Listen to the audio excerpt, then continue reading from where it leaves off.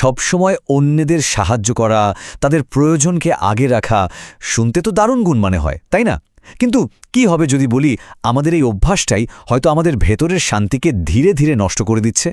চলুন অতিরিক্ত ভালো হওয়ার এই ফাঁদটা নিয়ে আজ একটু গভীরভাবে ভাবা যাক। কখনো কি এমন হয়েছে যে মন থেকে না বলতে ইচ্ছে করছে কিন্তু মুখ ফুটে বলা যাচ্ছে না, কিংবা বলার পরপরই একটা তীব্র অপরাধবোধ ঘিরে ধরছে?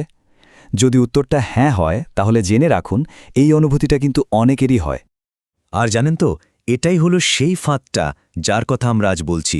এর নামই হলো অতিরিক্ত ভালো হওয়ার ফাঁদ।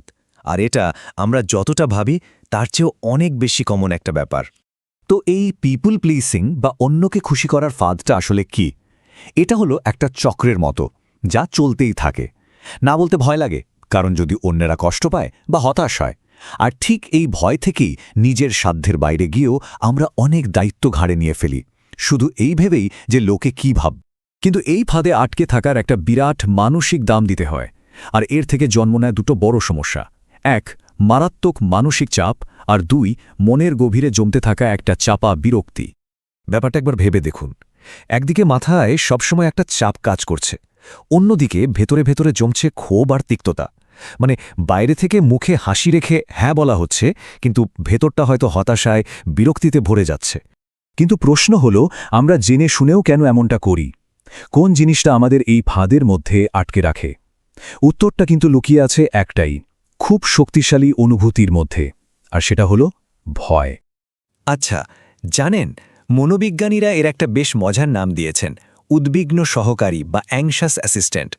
এটা হলো আমাদের মাথার ভেতরের সেই ছোট্ট কণ্ঠটা যেটা সবসময় চিন্তা করতে থাকে, লোকে কি ভাববে, কোনো ঝামেলা হবে না তো, সম্পর্কটা নষ্ট হয়ে যাবে না তো।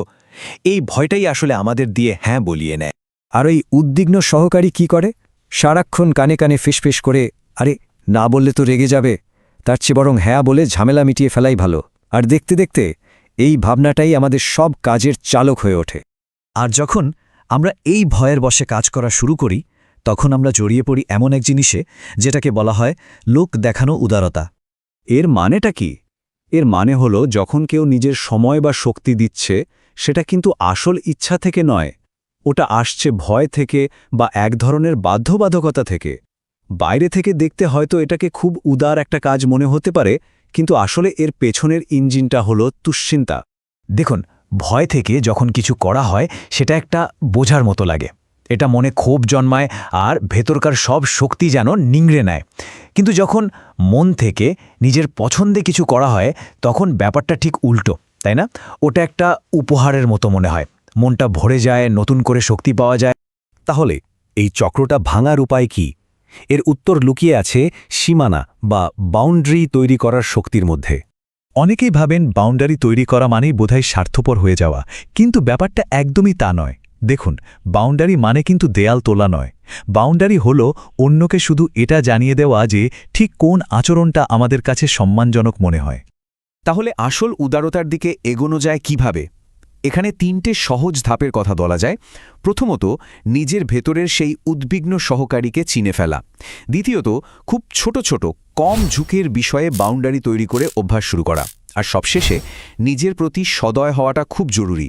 এটা একটা লম্বা যাত্রা, একদিনে হয়তো হবে না, কিন্তু প্রত্যেকটা ছোট পদক্ষেপই অনেক গুরুত্বপূর্ণ। শেষ পর্যন্ত যখন ভেতরের এই ভয়টা জয় করা যায়, ঠিক তখনই কিন্তু কোনো রকম ক্ষোভ ছাড়া মন খুলে স্বাধীনভাবে দেওয়ার আনন্দটা পাওয়া যায়। আর ওটাই তো সত্যিকারের উদারতা। তাই শেষ করার আগে এই প্রশ্নটা সবার জন্যই থাকলো, কোনটা বেশি জরুরি, অন্যের অনুমোদন নাকি নিজের মনের শান্তি? সিদ্ধান্তটা কিন্তু যার যার নিজের।